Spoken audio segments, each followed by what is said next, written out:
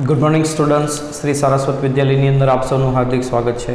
હું છું કુલદીપ ટંડેલ અને આપણે ફિઝિક્સ સબ્જેક્ટનો અભ્યાસ કરી રહ્યા છીએ. ચેપ્ટર નંબર 14ની અંદર આપણે આગળ વધીએ તો લાસ્ટ ટાઈમ ચેપ્ટર માટે જે બેઝિક વ્યાખ્યાઓ અને જે સમજૂતી હતી એ જોઈ હતી.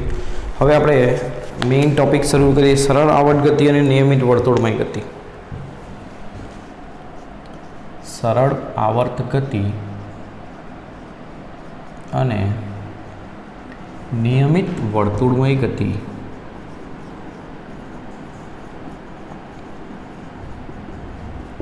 તો ધારો કે આ એક કણ લઈએ જે આ વર્તુળાકાર માર્ગ ઉપર ગતિ કરે છે.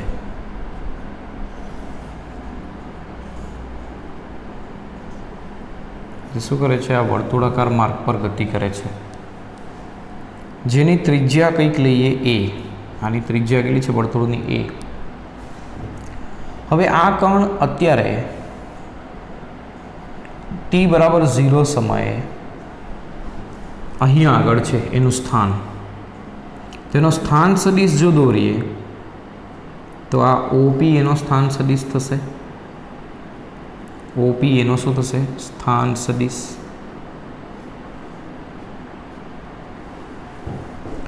જે અહીંથી ફાઈ જેટલા ખૂણે છે. હવે આ જે સ્થાન સદિશ છે એનો આ એક્સ અક્ષ ઉપર પ્રક્ષેપ લઈએ. તો પ્રક્ષેપ એટલે એના બે છેડેથી એક્સ અક્ષ ઉપર લાઈન લેવાની, આ રીતે. તો પીનો પ્રક્ષેપ એને આપણે પી ડેશ કહીએ. શું કહીએ? પી ડેશ. તો આ OP અને O છેડો તો ઓલરેડી એક્સ અક્ષ ઉપર છે, એટલે OP એનો પ્રક્ષેપ થયો. OP ડેશ એનો શું થયો? પ્રક્ષેપ.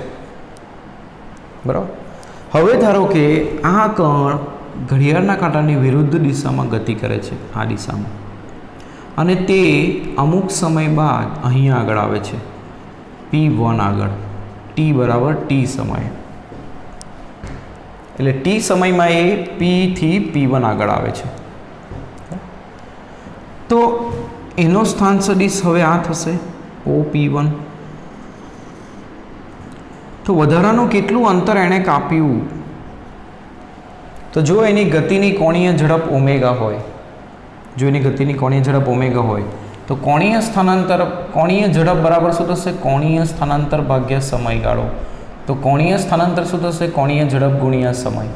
એટલે ઓમેગા ઇન્ટુ ટી જેટલું કોણીય સ્થાનાંતર એ કરશે. હવે આ P1 નો એક્સ અક્ષ ઉપરનો પ્રક્ષેપ લઈએ તો P1 થી સીધી રેખા દોરો એક્સ અક્ષ ઉપર, તો આ P1 ડેશ થયું. તો આ OP1 આ એનો પ્રક્ષેપ થશે, કે O બિંદુ તો ઓલરેડી અહીંયા આગળ છે. OP1 એનો પ્રક્ષેપ થશે. બરાબર. ચાલો હવે આ પ્રક્ષેપ કેવી ગતિ કરે છે એ જોઈએ. તો આ પ્રક્ષેપ માટેનું સમીકરણ તારવીએ તો એ કેવી રીતે તારવશું? તો આ ત્રિકોણને ધ્યાનમાં લો.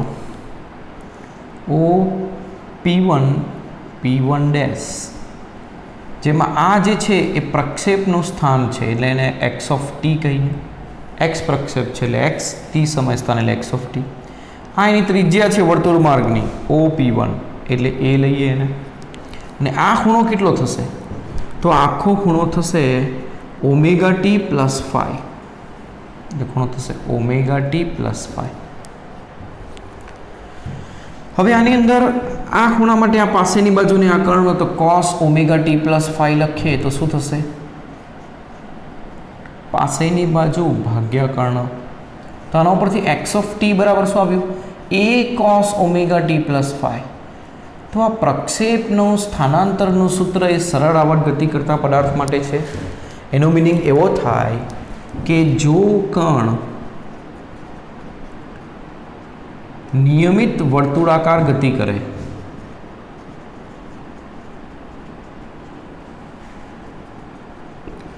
તો તેનો પ્રક્ષેપ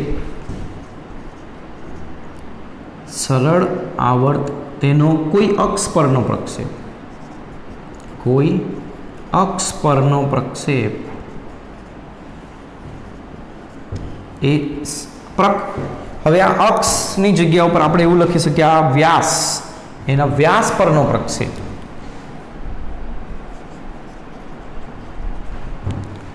એ સરળ આવર્ત ગતિ કરે.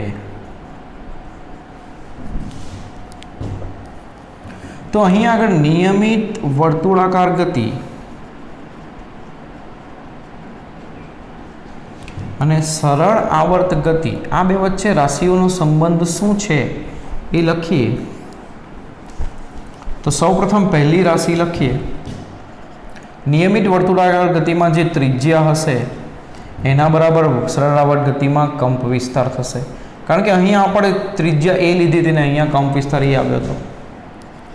અહીંયા જે કોણીય ઝડપ છે ગતિની ઓમેગા એ કોણીય આવૃત્તિ જેટલી થશે. અહીંયા કોણીય આવૃત્તિ ઓમેગા છે ને અહીંયા કોણીય ઝડપ ઓમેગા હતી. ઓમેગા જેટલી ઝડપથી એ ગતિ કરતો હતો. આ સંબંધ થશે. ખ્યાલ આવે? તો આ થિયરી સાબિત કરે છે કે નિયમિત વર્તુળાકાર ગતિની જે રાશિનો તમે વ્યાસ ઉપર પ્રક્ષેપ લેશો તો એ સરળ આવર્ત ગતિની રાશિ મળશે. એટલે તમે સ્થાનનો પ્રક્ષેપ લીધો તો સ્થાન મળ્યું તમને પ્રક્ષેપ. વ્યાસ ઉપરનો પ્રક્ષેપ તમને સરળ આવર્ત ગતિનું સ્થાન બતાવે છે. એ જ રીતે ધારો કે નિયમિત વર્તુળમય ગતિ કરતા પદાર્થના વેગનો તમે પ્રક્ષેપ લેશો તો એ સરળ આવર્ત ગતિનો વેગ બતાવશે. પ્રવેગનો પ્રક્ષેપ લેશો તો એ પ્રવેગ બતાવશે. બરાબર? તો આ વસ્તુ ધ્યાનમાં રાખવાની છે. હવે આના ઉપરથી દાખલાઓ ગણવા માટે આપણે એક સરળ નોંધ રાખીએ. તો આ એક્સ પ્રક્ષેપ લીધો તો એ કોસ આવ્યો. તો જો વાય પ્રક્ષેપ લીધો હોત તો એ સાઇન આવે. આ નોંધ ખાસ. જો એક્સ અક્ષ પરનો પ્રક્ષેપ લઈએ તો સમીકરણ આપણે લખવાનું એ કોસ ઓમેગા ટી, એ કોસ ઓમેગા ટી પ્લસ કે -5. અને વાય પ્રક્ષેપ જો લઈએ તો સમીકરણ લખવાનું y ઓફ ટી બરાબર બી સાઇન ઓમેગા ટી પ્લસ કે -5. હવે જ્યારે આપણે સમીકરણ લખતા હોય ત્યારે શરૂઆત આ રીતે કરવાની. પ્રારંભિક બિંદુ કયા ખૂણે છે ફાઈ, પછી પ્લસ માઇનસ લખીને ઓમેગા ટી લખવાનું. એટલે અત્યારે આટલું યાદ રાખો કે જ્યારે એક્સ પ્રક્ષેપ હોય ત્યારે કોસ, વાય પ્રક્ષેપ હોય ત્યારે સાઇન. પ્લસ માઇનસ કેવી રીતે નક્કી કરવાનું? તો પ્લસ ક્યારે લેવાનું? જ્યારે ગતિ ઘડિયાળના કાંટાની વિરુદ્ધ દિશામાં હોય, એટલે એન્ટી ક્લોકવાઇઝ હોય ત્યારે પ્લસ લેવાનું. અને માઇનસ ક્યારે લેવાનું? જ્યારે ગતિ એ ક્લોકવાઇઝ હોય. અહીંયા આપણે એન્ટી ક્લોક લીધું હતું એટલે તે સમયે જવાબ શું આવ્યો? પ્લસ. બરાબર? આટલી વસ્તુનું ધ્યાન રાખશો. હવે એના ઉપરથી દાખલાઓ સિમ્પલ 1 માર્ક્સના પ્રશ્નો કેવી રીતે કરશો એ સમજાવો. તો એના માટે આપણે ઉદાહરણ 14.4 ધ્યાનમાં લઈએ. ઉદાહરણ 14.4.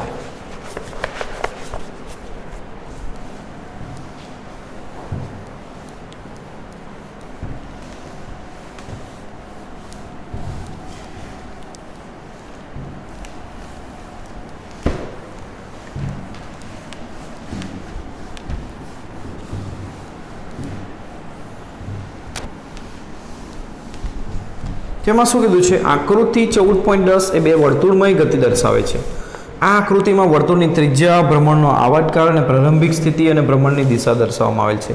પ્રત્યેક કિસ્સામાં ભ્રમણ કરતા પીના ત્રિજ્યા સદિશના એક્સ પ્રક્ષેપની સરળ આવર્ત ગતિ મેળવો. એટલે એક્સ પ્રક્ષેપ માટે સરળ આવર્ત ગતિનું સૂત્ર લખવાનું છે. તો કેવી રીતે લખશો તો એ ધ્યાન આપો. અહીંયા આગળ કેવી રીતે કરશું? તો પહેલી આકૃતિ કંઈક આવા પ્રકારની આપી છે. તમારી પાસે આકૃતિ ઓલરેડી છે જ બુકની અંદર, એ તમારે ધ્યાનમાં લેવાની. એમાં ટી બરાબર 0 સમયે એક કણને બતાવ્યો છે 45 ડિગ્રીના ખૂણે. તો તમારે આનું સમીકરણ શું લેવાનું? એક્સ પ્રક્ષેપ લેવાનું એટલે એક્સ ઓફ ટી લખવાનું. એ શું લખવાનું? કંપ વિસ્તાર, ત્રિજ્યા. ત્રિજ્યા કેટલી આપી? એ જ આપી છે એટલે એ જ લખશું. એક્સ પ્રક્ષેપ એટલે કોસ આવ્યો. શરૂઆત ક્યાંથી થઈ? 45 ડિગ્રીથી એટલે π/4 લખવાનું. કઈ દિશામાં ગતિ કરે તો અહીંથી આ તરફ ગયો એવું બતાવ્યું છે. અહીં આવ્યો t બરાબર t સમયે અહીં આવ્યો, બરાબર. તો એ ઘડિયાળના કાંટાની વિરુદ્ધ દિશામાં જાય છે એટલે અહીંયા શું લખશું? પ્લસ લખશું. શું લખશું? Omega T. ઓમેગા ક્યાંથી લાવશું? તો ઓમેગા બરાબર થાય 2π/t અને આવર્તકાળ આપણે આકૃતિમાં આપ્યું છે 4 સેકન્ડ એટલે 2π/4 એટલે π/2 થશે એટલે ઇન્ટુ π/2t. તો આપણું સમીકરણ થયું a cos π/2t પ્લસ π/4. આ આપણો જવાબ.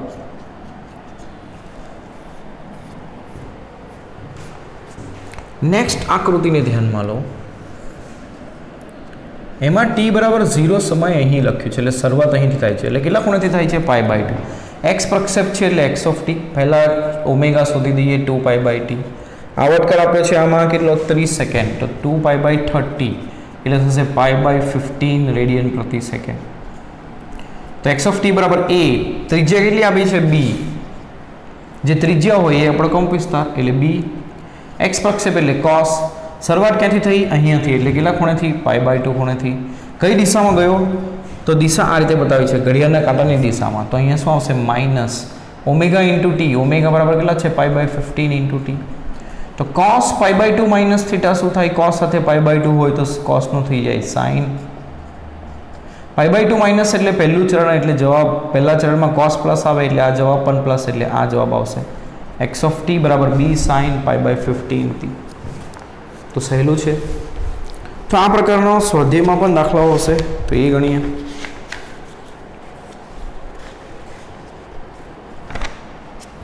.11 સેમ દાખલો. ત્રિજ્યા અને કંપ વિસ્તાર લેવાનો, પહેલા ઓમેગા શોધી દેવાનો.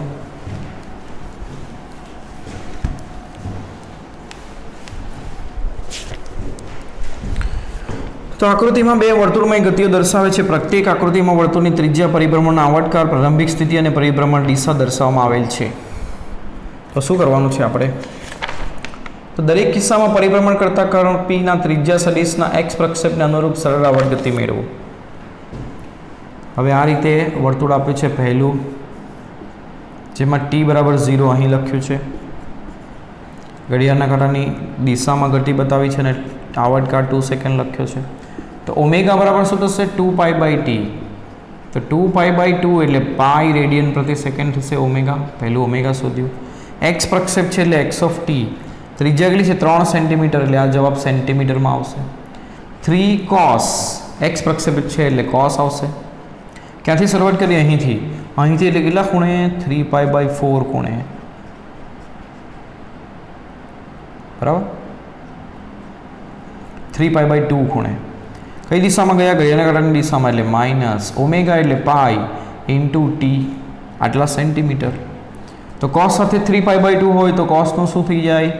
sin πt. કેવું આવશે? પ્લસ કે માઇનસ? 3π/2 માઇનસ એટલે ત્રીજું ચરણ. ત્રીજા ચરણમાં cos કેવું છે? તો માઇનસ છે એટલે આ જવાબ માઇનસ આવશે એટલે -3 sin πt. નેક્સ્ટ વર્તુળ આ પ્રમાણેનું છે. t બરાબર 0 અહીં લખ્યું છે અને 2 મીટર છે એનો ત્રિજ્યા. ઓમેગા પહેલાં શોધીએ. 2π/t. આવર્તકાળ કેટલો આપે છે? 4 સેકન્ડ એટલે 2π/4 એટલે π/2 રેડિયન પ્રતિ સેકન્ડ. તો x of t બરાબર શું થશે? ત્રિજ્યા કેટલી? 2 મીટર એટલે મીટરમાં જવાબ આવશે. x પ્રક્ષેપ એટલે cos લખશું. શરૂઆત ક્યાંથી થાય છે? પાઈથી. કઈ દિશામાં જાય છે? તો ઘડિયાળના કાંટાની વિરુદ્ધ દિશા લખી છે એટલે પ્લસ આવશે. ઇન્ટુ ઓમેગા ટી એટલે π/2t. cos સાથે પાઈ હોય એટલે cosનું cos રહે, cos π/2t. પરંતુ પાઈ પ્લસ એટલે ત્રીજું ચરણ. ત્રીજા ચરણમાં cos માઇનસ એટલે જવાબ આવશે -2 cos π/2t. તો આ જવાબ થશે. નેક્સ્ટ કરીએ.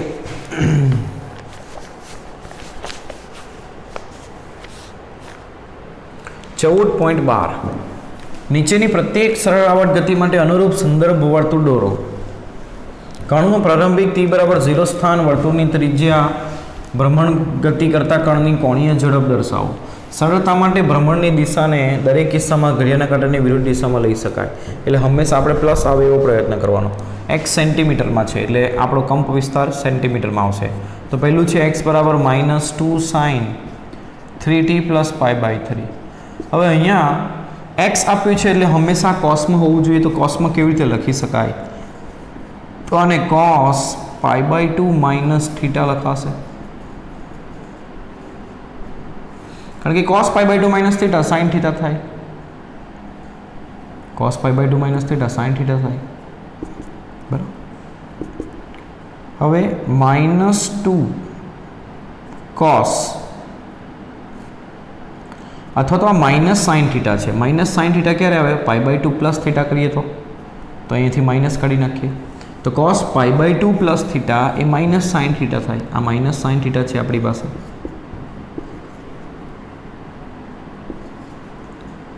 तो 2 cos π/2 प्लस थीटा, cos साथे π/2 एटले π/2 होय तो साइन थाय, π/2 प्लस एटले बीजू चरण, बीजा चरण में ऑल एस cos माइनस एटले साइन पण माइनस। तो cos π/2 प्लस थीटा बराबर आ लखाय, एटला माटे आनी जग्या पर आ लख्युं छे। तो आने काउंट्स छोड़ीए तो π/2 प्लस π/3 प्लस 3t थशे। तो 2 cos π/2 प्लस π/3 6 लसा, 3π प्लस 5 5π/6 प्लस 3t, π/6 एटले 30, 30 × 5 एटले 150। 150 डिग्री क्या आवे आपने ख्याल है, એટલે દોરશું શું? સંદર્ભ વર્તુળ આ રીતે, જેની ત્રિજ્યા લખશું સેન્ટીમીટરમાં। તો કેટલા સેન્ટીમીટર? 2 સેન્ટીમીટર એની ત્રિજ્યા થશે। ક્યાંથી શરૂઆત થશે? 5π/6, π/6 એટલે 30, 5 × 15 150 એટલે અહીંયાથી શરૂઆત થશે। અહીંયા લખશું PT બરાબર 0 સમય કેટલો ખૂણો? તો 5π/6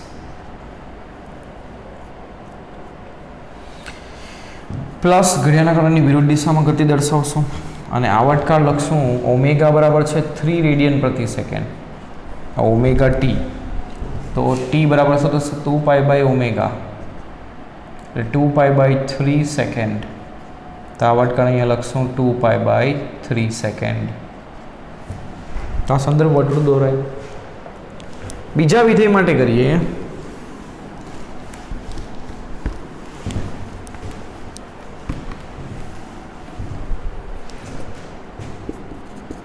x बराबर cos π/6 माइनस टी।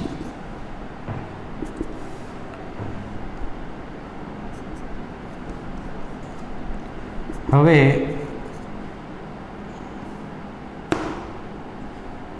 केवी रीते दौरशुं? तो संदर्भ वर्तुळ लीधुं,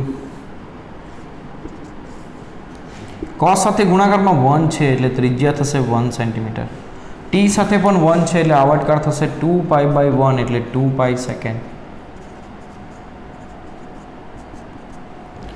क्यांथी शरूआत थशे? तो π/6, π/6 एटले क्या आगळ 30 डिग्री थी।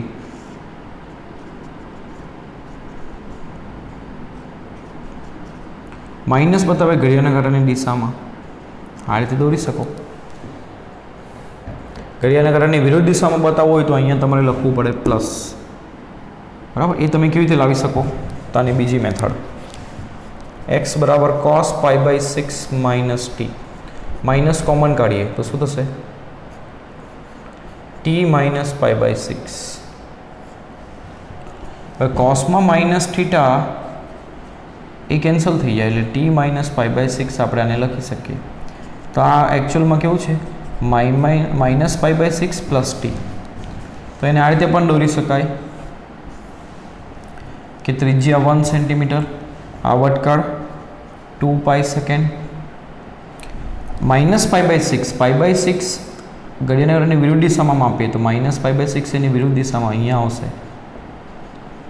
आ t बराबर 0 અહીંથી શરૂઆત થશે, ઘડિયાળના કાંટાની વિરુદ્ધ દિશામાં જશે। આ રીતે પણ દોરી શકો, ખ્યાલ આવે? પરંતુ આપણને ઘડિયાળના કાંટાની વિરુદ્ધ દિશામાં માટે કીધું છે એટલે આપણે આ જ મેથડ કરવી પડશે। ચાલો નેક્સ્ટ સી વિધેય।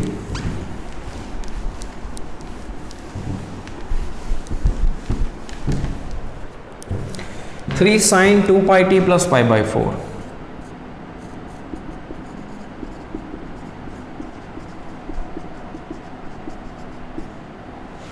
चलो फरी पाछो cos लखवानुं, તો સાઇનને કોસમાં કેવી રીતે લખશો? પ્લસ સાઇન છે એટલે π/2 માઇનસ લખવું પડશે.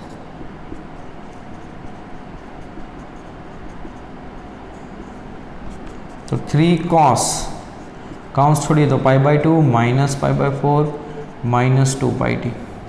π/2 માઇનસ π/4 કરીએ તો 4 લસા 2π માઇનસ π એટલે π/4 થશે π/4 માઇનસ 2πt. કોસમાં માઇનસ કોમન કાઢીએ તો કોઈ ફેરફાર થતો નથી એટલે આને આપણે આ રીતે લખી શકીએ 3 cos 2πt માઇનસ π/2. તો આને 3 cos માઇનસ π/2 પ્લસ 2πt આ રીતે લખી શકાય. એટલે ઓમેગા બરાબર આવ્યું 2π.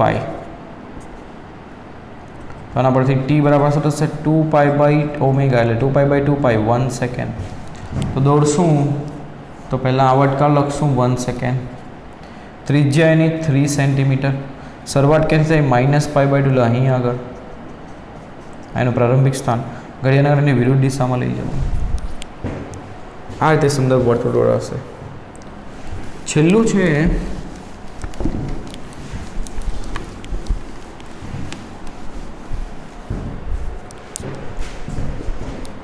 x બરાબર 2 cos πt. તો 2 cos 0 પ્લસ πt કહેવાય. ઓમેગા બરાબર પાઈ રેડિયન પ્રતિ સેકન્ડ. તો 2π/t બરાબર પાઈ. તો t બરાબર 2π/π એટલે 2 સેકન્ડ. દોરીએ તો 0 આગળ શરૂઆત એટલે અહીંથી જ શરૂઆત થશે. t બરાબર 0 આ પ્રારંભિક સ્થાન. ત્રિજ્યા 2 સેન્ટીમીટર. આવર્તકાળ 2 સેકન્ડ. ઘડિયાળની વિરુદ્ધ દિશામાં જવાનું છે. તો આ રીતે તો આ દોરાયું સંદર્ભ વર્તુળ. ચાલો તો આની અંદર યાદ રાખજો કે જે કણ નિયમિત વર્તુળ ગતિ કરે છે એને આપણે સંદર્ભ કણ કહીશું અને જે વર્તુળ આપણે લીધું છે એને સંદર્ભ વર્તુળ કહીશું. બરાબર. તો સંદર્ભ વર્તુળ ઉપર સંદર્ભ ગતિ નિયમિત વર્તુળમાં ગતિ કરતા સંદર્ભ કણનો પ્રક્ષેપ એ સરળ આવર્ત ગતિ કરશે. તેના ઉપરથી નેક્સ્ટ ટોપિક જોઈએ સરળ આવર્ત ગતિમાં વેગ અને પ્રવેગ. સરળ આવર્ત ગતિમાં વેગ અને પ્રવેગ.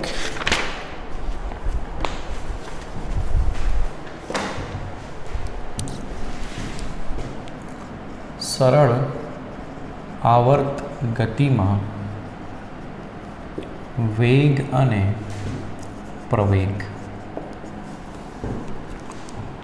તો આ કોઈ કણ ધારો કે સરળ આવર્ત ગતિ કરે છે, નિયમિત વર્તુળમાં ગતિ કરે છે, તો તેનો પ્રક્ષેપ સરળ આવર્ત ગતિ કરશે. તો અહીંયા કણ P છે t સમયે. તો એ કણનો વેગ કઈ દિશામાં આવશે? સ્પર્શકની દિશામાં.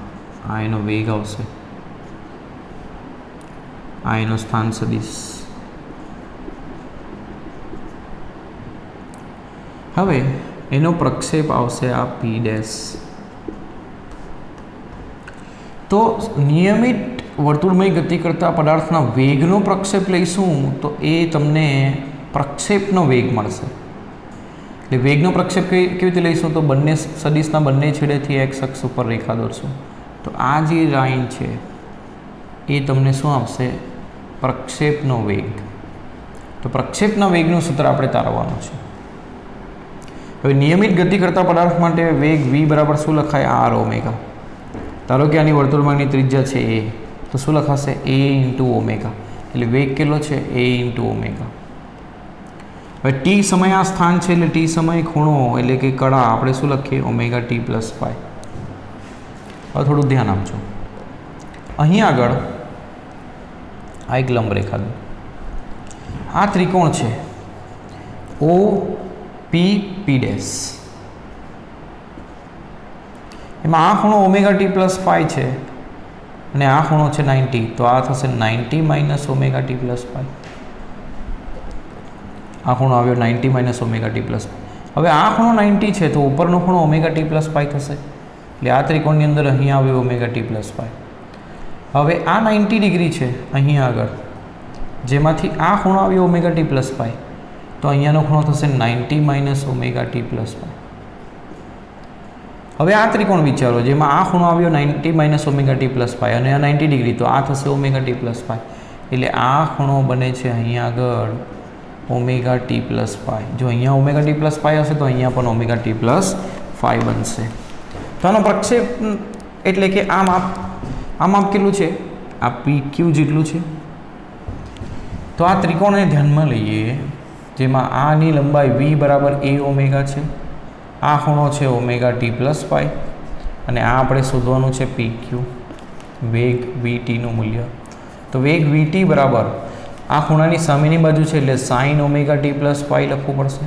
તો સાઇન ઓમેગા ટી પ્લસ પાઈ બરાબર સામેની બાજુ વી ટી ભાગ્યા કર્ણ એ ઓમેગા. તો વેગનું સૂત્ર શું આવ્યું? A omega sine omega T plus pi. અને કઈ દિશામાં છે આ વેગ? તો ધન એક્સ અક્ષની વિરુદ્ધ દિશામાં એટલે ઋણ એક્સ અક્ષની દિશામાં, એટલે એને માઇનસ લખશું. અથવા તો આ કિંમતને અત્યારે પીક્યુ લખીએ અને આના ઉપરથી સરળ આવર્ત ગતિ કરતા કણ માટે એટલે કે પ્રક્ષેપ માટે વેગ આવશે minus a omega sine omega T plus. તો આ વેગનું સૂત્ર આપણે તારવ્યું. એ જ રીતે પ્રવેગનું સૂત્ર તારવીએ તો નિયમિત ગતિ કરતો કણ આ છે જેનું ટી સમય સ્થાન આ છે, જે કેટલા ખૂણે છે ઓમેગા ટી પ્લસ પાઈ. તો ટી સમય સ્થાન છે કણનું જે ઓમેગા ટી પ્લસ પાઈ ખૂણે છે. નિયમિત વર્તુળમાં ગતિ કરતા પદાર્થનો પ્રવેગ કેન્દ્રગામી પ્રવેગ હોય કેટલો હોય? V square by R. હવે V is equal to R omega મૂકીએ, આર સ્ક્વેર ઓમેગા સ્ક્વેર ભાગ્યા આર એટલે કેન્દ્રગામી પ્રવેગ થશે આર ઓમેગા સ્ક્વેર. ત્રિજ્યા એ છે એટલે એ ઓમેગા સ્ક્વેર જેટલો પ્રવેગ આ છે આ દિશામાં. તો એનો પ્રક્ષેપ લઈએ તો એના બે છેડેથી અહીંયા આગળ આપણે રેખા દોરશું તો આ એનો પ્રક્ષેપ થશે. આ પીના પ્રક્ષેપ પી ડેશનો પ્રવેગ આ દિશામાં આવ્યો. તો એનું માપ કેવી રીતે શોધશું? તો આ ત્રિકોણ લો ધ્યાનમાં અને પી ક્યુ આર નામ આપીએ તો ક્યુ આર આપણો જવાબ છે. આ ખૂણો ઓમેગા ટી પ્લસ પાઈ હોય તો આ પણ ઓમેગા ટી પ્લસ પાઈ થશે અને આનું માપ છે એ ઓમેગા સ્ક્વેર. તો આ ખૂણા માટે આ પાસેની બાજુ છે ને આ કર્ણ છે, તો પાસેની બાજુને કર્ણ કોસમાં આવે એટલે કોસ ઓમેગા ટી પ્લસ પાઈ બરાબર પાસેની બાજુ ક્યુ આર ભાગ્યા કર્ણ એ ઓમેગા સ્ક્વેર. તો ક્યુ આર બરાબર શું થશે? A omega square cos omega T plus pi. તો આના ઉપરથી સરળ આવર્ત ગતિ કરતા કણનો પી ડેશનો પ્રવેગ ઋણ એક્સ દિશામાં એટલે ફરી પાછું એ પણ માઇનસ કેટલું આવશે? A omega square cos omega T plus pi. તો સરળ આવર્ત ગતિ કરતા કણના વેગ અને પ્રવેગના સૂત્ર આ પ્રમાણે મળશે. જો સ્થાનાંતરનું સૂત્ર આવું હોય તો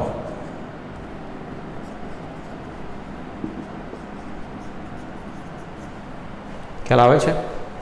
ચાલો હવે આ જ સેમ સૂત્રો આપણે એક સરળ મેથડથી તારવી શકીએ. એટલે એક્ઝામની અંદર જો કીધું ન હોય કે નિયમિત વર્તુળમાં ગતિ ઉપરથી તારવો તો તમે આ બીજી રીતનો ઉપયોગ કરી શકો. જે રીત શૈલી છે અને એની અંદર જે સૂત્રો તારવશું એને આપણે યાદ પર રાખશું. ખૂબ જ અગત્યના સૂત્રો છે એ.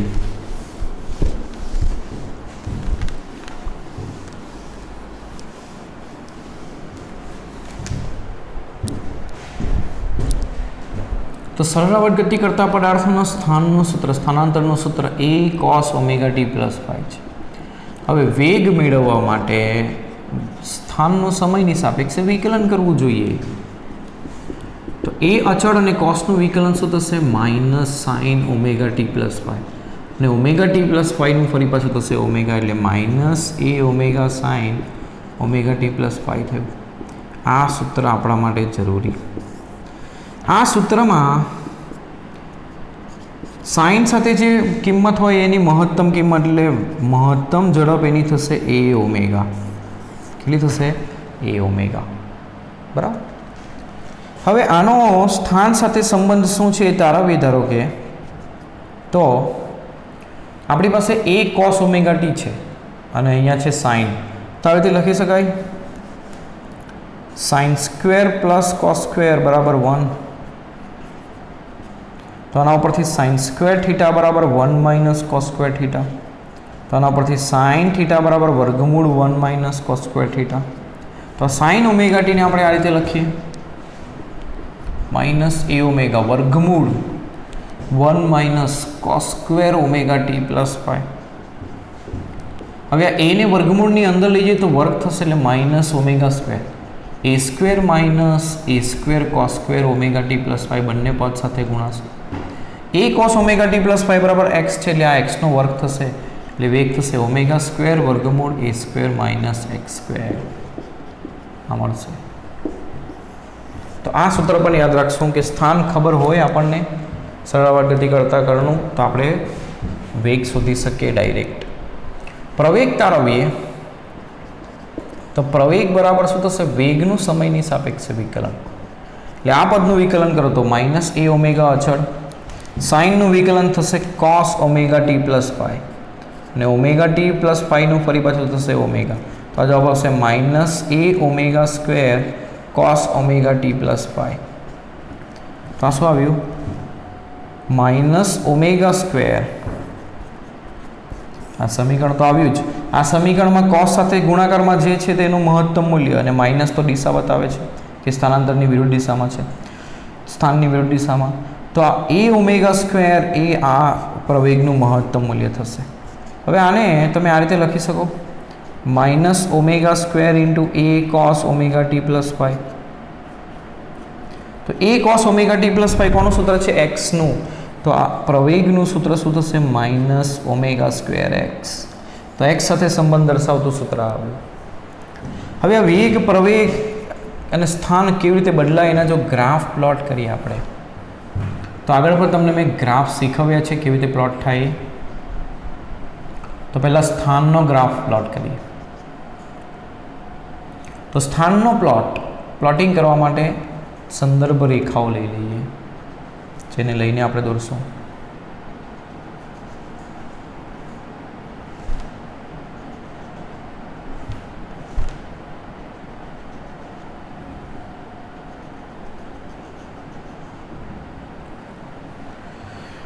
તો એ કોસમાં હોય તો શરૂઆત મહત્તમ બિંદુથી થાય એટલે આ રીતનો ગ્રાફ આવશે કોસનો ગ્રાફ જેમાં આ મહત્તમ મૂલ્ય કેટલું આવશે એ અને નીચે કેટલું આવશે માઇનસ એ.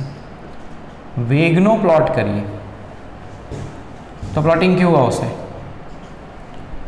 તો વેગ સાઇનનું વિધેય છે પણ માઇનસ સાઇન છે. સાઇન હોત તો આવું આવ્યું હોત માઇનસ સાઇન એનું રિવર્સ આવે ઉલટું એટલે આ રીતે આવશે એનો આલેખ. આ કેટલું આવે છે મહત્તમ મૂલ્ય એ ઓમેગા.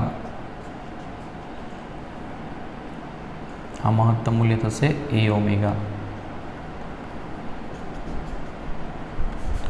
પ્રવેગ જોઈએ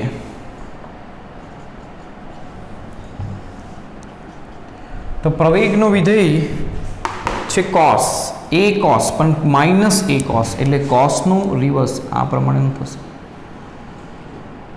તો આ મહત્તમ મૂલ્ય એ ઓમેગા સ્ક્વેર. તો જો આ શું બતાવે છે જ્યારે કણ ધારો કે કણ આ રીતે ગતિ કરે છે તો શું થશે આમાં પ્રેક્ટિકલી સમજો. કણ આમ ગયો અહીંયા અટકશે ફરી પાછો આવશે કારણ કે રિટર્ન થવા માટે અટકશે એટલે અહીંયા વેગ 0 આવશે અહીંયા વેગ 0 આવશે કારણ કે અહીંથી રિટર્ન થાય છે એટલે એ અને માઇનસ એ આગળ વેગ 0. તો જુઓ એ જ્યારે એક્સ બરાબર એ છે ત્યારે વેગ 0 છે એક્સ બરાબર માઇનસ એ છે ત્યારે પણ વેગ 0 બરાબર. એટલે કણનો વેગ કેવી રીતે થશે તો અહીંયા 0 પછી વધ્યો અહીંયા મહત્તમ પછી ઘટીને 0 પછી ફરી પાછો વધ્યો મહત્તમ અને ઘટીને 0 આ રીતે વેગ બદલાશે સ્થાન સાથે બરાબર. અને એ જ રીતે પ્રવેગ કેવી રીતે બદલાય એ તમને આ આલેખ બતાવશે.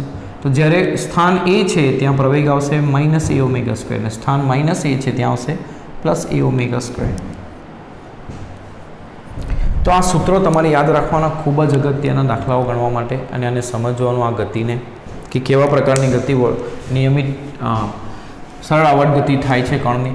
તો સરળ આવર્ત ગતિમાં પ્રવેગ આવ્યો એટલે યાદ રાખજો કે સરખા સમયમાં સરખું અંતર કપાતું નથી કારણ કે વેગ બદલાશે. વેગ બદલાય એટલે સરખા સમયમાં સરખું અંતર કપાય નહીં. એટલા માટે જ સરળ આવર્ત ગતિમાં શું આવ્યો પ્રવેગ આવ્યો.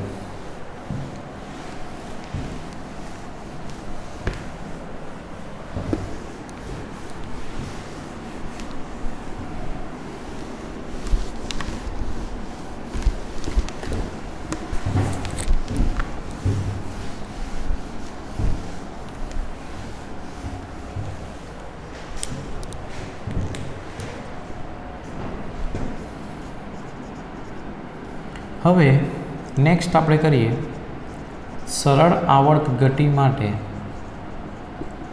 બળનો નિયમ. હવે સરળ આવર્ત ગતિ કોણ કરે? તો આ એક સ્પ્રિંગ સાથે ધારો કે આપણે બ્લોક લગાવીએ, એને પોતાના મધ્યમન સ્થાનથી દૂર લઈ જઈએ તો એ સરળ આવર્ત ગતિ છોડી દઈએ તો સરળ આવર્ત ગતિ કરશે. હવે આની અંદર આ બ્લોક પર લાગતું બળ કયું હશે? સ્પ્રિંગનું પુનઃસ્થાપક બળ હશે. તો પુનઃસ્થાપક બળ કેટલું આવશે? -kx. પુનઃસ્થાપક બળ કેટલું આવે? -kx. હવે સરળ આવર્ત ગતિ માટે ન્યૂટનના ગતિના બીજા નિયમ પરથી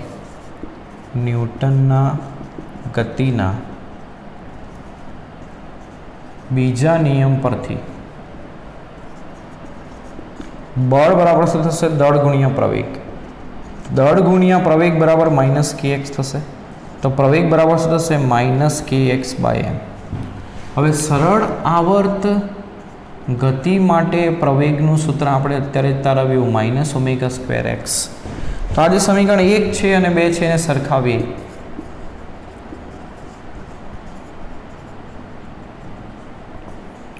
તો ω² બરાબર થશે k/m. તો આના પરથી ω બરાબર થશે √k/m. સરળ આવર્ત ગતિ કરતા પદાર્થ માટે કોણીય આવૃત્તિ એ તમે k અને આ દળ m, સ્પ્રિંગનો બળ અચળાંક k, સ્પ્રિંગ અચળાંક k અને બ્લોકનું દળ m ઉપરથી શોધી શકો. એનો આવર્તકાળ શોધવું હોય તો ω બરાબર 2π/t મૂકીએ તો એનો આવર્તકાળ મળશે 2π√m/k. તો આપણે આ સૂત્ર યાદ રાખશું આના ઉપરથી કે k બરાબર શું થશે? mω².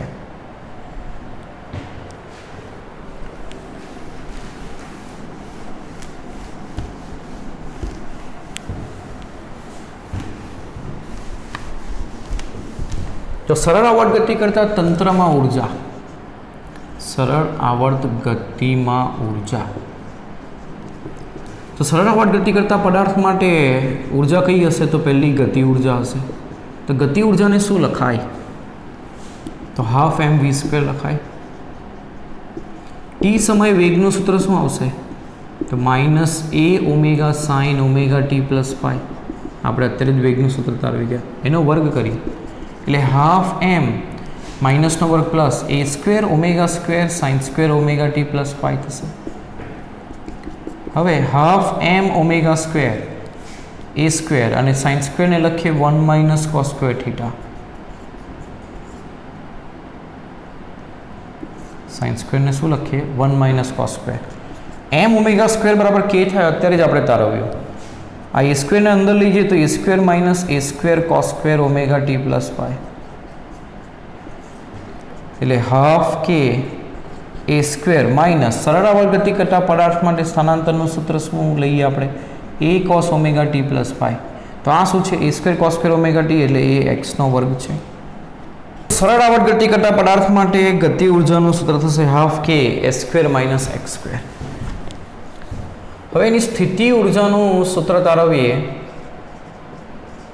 તો સ્થિતિ ઉર્જા એની થશે સ્પ્રિંગમાં સંગ્રહિત સ્થિતિ ઉર્જા, એની સ્થિતિ ઉર્જાનું સૂત્ર થશે એટલે એ આવશે 12kx². હવે એની યાંત્રિક ઉર્જા તારવી, સરળ આવર્ત ગતિ કરતા તંત્રની યાંત્રિક ઉર્જા. તો યાંત્રિક ઉર્જા ગતિ ઉર્જા વત્તા સ્થિતિ ઉર્જા થશે. ગતિ ઉર્જા 12k a² - x² અને સ્થિતિ ઉર્જા 12kx². તો આમાં 12k a² - 12kx² plus 12kx². તો 12kx² કેન્સલ એટલે શું આવશે? 12k a². આ શું બતાવે કે તંત્રની કુલ ઉર્જા એ સ્થાન સાથે બદલાતી નથી. એ કેવી રહે?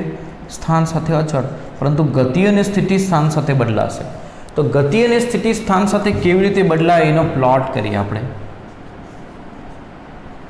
મહત્તમ સ્થાનાંતર પ્લસ a અને વિરુદ્ધ દિશામાં -a અને આ મધ્યમન સ્થાન છે. તો ગતિ ઉર્જાનો પહેલો પ્લોટ કરીએ. જ્યારે સ્થાન a હોય ત્યારે ગતિ ઉર્જા શું આવશે? a² - a² 0 એટલે ગતિ ઉર્જા 0 આવશે. 0 હોય ત્યારે આ 0 કરીએ તો 12k a² આવશે અને -a મૂકીએ તો -a નો વર્ગ પણ એ થાય એટલે a² - a² 0 થશે. એટલે ગતિ ઉર્જા કંઈક આ રીતે બદલાશે. તો આ ગતિ ઉર્જાના બદલાવનો સ્થાન સાથે બદલાવનો પ્લોટ છે. સ્થિતિ ઉર્જા માટે દોરીએ તો સ્થિતિ ઉર્જા x બરાબર -a હોય તો -a² a² એટલે હાફ k a² થશે. 0 મૂકીએ તો 0 થશે અને a મૂકો તો હાફ k a². એટલે સ્થિતિ ઉર્જા એ આ રીતે બદલાશે. સમજાયું? તો ગતિ ઉર્જા સ્થિતિ ઉર્જાના બદલાવના ગ્રાફ કંઈક આ પ્રમાણે આવશે. સ્થાન સાથે આ રીતે બદલાશે. કુલ ઉર્જા માટે દોરીએ તો તે હંમેશા હાફ k a² રહેશે. તે હંમેશા કેટલી રહેશે? Half k a². એટલે આ સ્થિતિ ઉર્જાનો સ્થાન સાથે બદલાવ, આ ગતિ ઉર્જાનો સ્થાન સાથે બદલાવ. આ બે બિંદુ એવા છે કે જ્યાં આગળ આ બંનેની કિંમત સરખી થશે ને તે કેટલી થશે? 1/4 k a². અને તે સ્થાન કયું હશે? તો -a/√2 અને +a/√2. એટલે x બરાબર ±a/√2 આગળ ગતિ ઉર્જા સ્થિતિ ઉર્જા સમાન થશે અને તે કેટલી થશે? કુલ ઉર્જાની અડધી. કારણ કે અડધી પ્લસ અડધી 1 થશે, એટલે કે બંને સરવાળો કુલ ઉર્જા જેટલો થવો જોઈએ. તો આ યાદ રાખશું આપણે, ખૂબ જ અગત્યનું 1 માર્કના પ્રશ્ન માટે.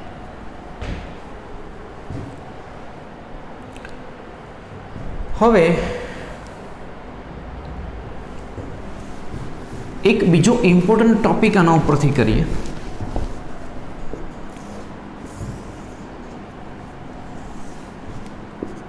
કે ધારો કે એક દોલન પૂર્ણ થતાં લાગતો સમય t છે, બરાબર? ધારો કે કણ +a થી શરૂઆત કરે છે ગતિની, પછી 0 પર જાય છે, પછી જશે -a પર, ત્યાંથી આવશે 0 પર ને ફરી પાછું a પર. એટલે કણ જ્યારે a પર હોય ત્યાંથી ગતિની શરૂઆત થાય તો a આગળ ગતિ ઉર્જા શું આવશે? 0 આવે. એટલે ગતિ ઉર્જા 0. પછી આ સમય છે t/2, આ સમય છે t/4, આ સમય છે 3t/4 ને આ સમય છે t. તો જો t/4 સમયે તે 0 આગળ પહોંચે, 0 આગળ ગતિ ઉર્જા કેટલી થાય? તો હાફ k a². એટલે અહીંયા થશે હાફ k a². t/4 આગળ. t/2 સમયે પહોંચે -a આગળ, ત્યાં આગળ ગતિ ઉર્જા 0 થાય. 3t/4 આગળ તે ફરી પાછો 0 પહોંચે, ત્યાં થશે ગતિ ઉર્જા હાફ k a². અને t સમયે તે a આગળ પહોંચે એટલે ત્યાં ગતિ ઉર્જા 0 થાય. તો ગતિ ઉર્જા કંઈક તમારી આ પ્રમાણે બદલાશે. સરળાવર્ત ગતિ કરતાં કણની ગતિ ઉર્જાનો બદલાવ દોરીએ તો આ રીતે બદલાશે. સ્થિતિ ઉર્જા માટે દોરીએ તો સ્થિતિ ઉર્જાનો બદલાવ 0 આગળ શરૂઆત થાય ત્યાં મહત્તમ હશે હાફ k a². પછી t/4 આગળ 0, પછી મહત્તમ, પછી 0, પછી મહત્તમ. તો સ્થિતિ ઉર્જાનો બદલાવનો ગ્રાફ. તો આ શું બતાવે? ગતિ ઉર્જા એ t સમયમાં કેટલી વાર મહત્તમ થઈ? 1 વાર, 2 વાર. એટલે એના બદલાવનો આવર્તકાળ એ અડધો છે. એનો ગ્રાફ જુઓ, અહીંથી શરૂ થયો, અહીં પૂર્ણ થયો, ફરીથી શરૂ થયો, પૂર્ણ થયો. એટલે આ એનો આવર્તકાળ થયો. તો એ આવર્તકાળ કેટલો છે? અડધો. એટલે ઉર્જાના બદલાવનો આવર્તકાળ, ઉર્જાના ફેરફારનો આવર્તકાળ એ દોલનના આવર્તકાળ કરતાં અડધો થશે. આ નોંધ યાદ રાખવાની છે આપણે. એટલે ઉર્જાના ફેરફારનો આવર્તકાળ એ દોલનના આવર્તકાળ કરતાં અડધો થશે. અને બીજું, ઉર્જાના ફેરફારની આવૃત્તિ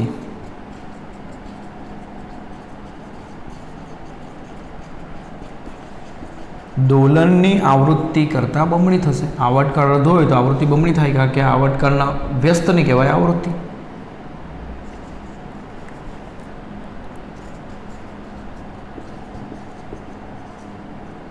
આ ખૂબ અગત્યનું. એટલે એક દોલન પૂર્ણ થશે એટલે એમાં ગતિ ઉર્જા 2 વખત મહત્તમ થશે અને સ્થિતિ ઉર્જા પણ 2 વખત મહત્તમ થશે. આ ખૂબ અગત્યના પોઈન્ટ અને આ બધી થિયરી તમારે કરવાની રહેશે.